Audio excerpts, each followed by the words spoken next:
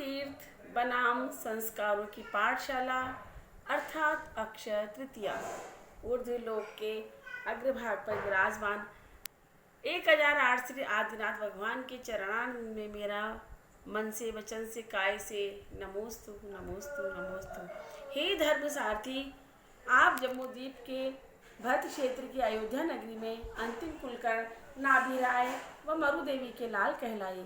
हे जगत गुरु, आपने जग को 80 मसीह कृषि शिल्प विद्या वाणिज्य शुभ षटकर्म राज्यावस्था में ही सिखा दिए। अब हम चलते हैं अयोध्या के राजा के दरबार में। एक दिवस किसानों ने आकर कहा, दुहाई है महाराज, दुहाई है महाराज। महाराज ने पूछा, कहो क्या हुआ? हे राजन, आप तो जानते ही हैं इस समय वैशाख का महीना है और खेतों में फसल की कटाई हो चुकी है, धान पड़े हैं, परंतु ये हमारे बैल हमारा सारा धान चट कर जाते हैं। और महाराज ने कहा, अच्छा तो ये बात है, तो बैलों के मुंह पर चीका बांध दो। बैलों के मुंह पर चीका बांध दिया गया। संध्या समय वापस किसान आए, दुहाई हो महाराज, दुहाई हो महाराज। अरे अब क्या हुआ महाराज, क्या हुआ? क्या वो हमारे जो बैल हैं अब तो चारा भी नहीं खा रहे। क्यों? क्या तुमने छीका नहीं खोला था?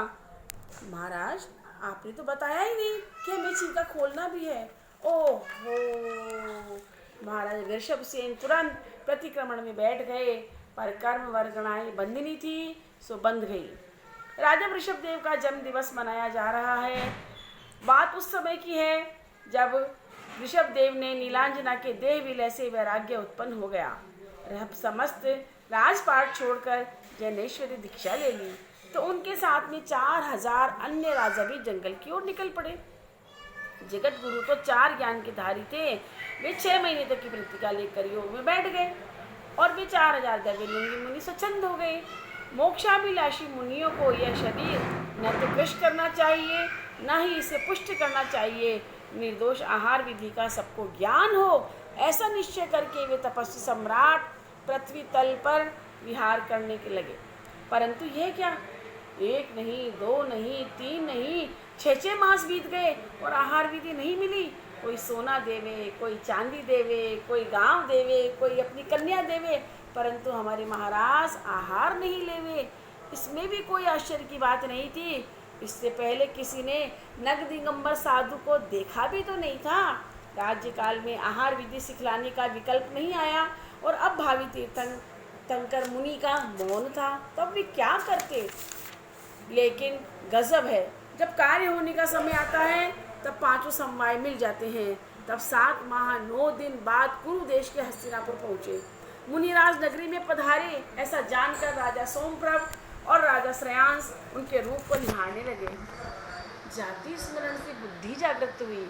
अब हम जरा यह भी जाने कि राजा श्रेयांस का जीव व 8 भव पूर्व इन्हीं आदिनाथ की पूर्व भव की पत्नी श्रीमती थी। जब दोनों ने उसी भव में चारण रिद्धिधारी मुनि दमधर को आहार दान दिया था, दोनों का साथ परछाई की तरह चल पड़ा। आहार दान से ही वे दोनों विदेह क्षेत्र में जुगलिया हुए। वहाँ भी चारण रिद्धिधारी से सम्यक ग्रहण किया, क्योंकि सम्यक के प्रभाव से ही स्त्री पर्याय छिद जाती है। इस तरह वर्तमान में वृषभदेव श्रेयांस का भवांतरों का असंख्य भवों का अटूट संबंध बना रहा, संस्कार बना रहा। दोनों ने मिलकर जो आहार दिया था वह संस्कार काम आया। पहले एक साथ दोनों ने आहार दिया, अब एक मुनिराज को एक श्रावक आहार दे रहे हैं। भवांतर तक बने रहे राजा भरत चक्रवर्ती ने उनको, राजा श्रेयांस को दान तीर्थ प्रवर्तक की उपाधि दी। इस अवसर पर काल के अंदर हम भी दान तीर्थ बने। हमें भी यह भाव करना चाहिए, संस्कार कभी निरर्थक नहीं जाते, हमारे शतावश्यकों में दान भी है। सो गृहस्थों के लिए हमें भी अपने परिवार में बच्चों को यह संस्कार देते रहना चाहिए। इसी से हमारा जीवन सुसंस्कारित होता है। प्रथम आहार दान कर कार्य तो राजा श्रेयांस के भ्राता सोम ने किया, परंतु प्रसिद्धि किसको मिली? राजा श्रेयांस को। और दूसरा, अतिथि वही होता है जिसके आने की कोई तिथि ना हो। असली अनुदिष्ट आहार भी वही होता है जो किसी के निमित्त से न बना गया हो, जैसे कि गन्ने का रस। किसी विशिष्ट वस्तु की उपलब्धि, लाभ, अंतराय कर्म के क्षयोक्षम से ही होती है, मात्र बाह्य प्रयास से नहीं, जैसे आहार का लाभ मिला। आहार आदि में पूरी पकवान का कोई महत्व नहीं है, मात्र अंतरंग की ही भाव का मुख्य महत्व होता है।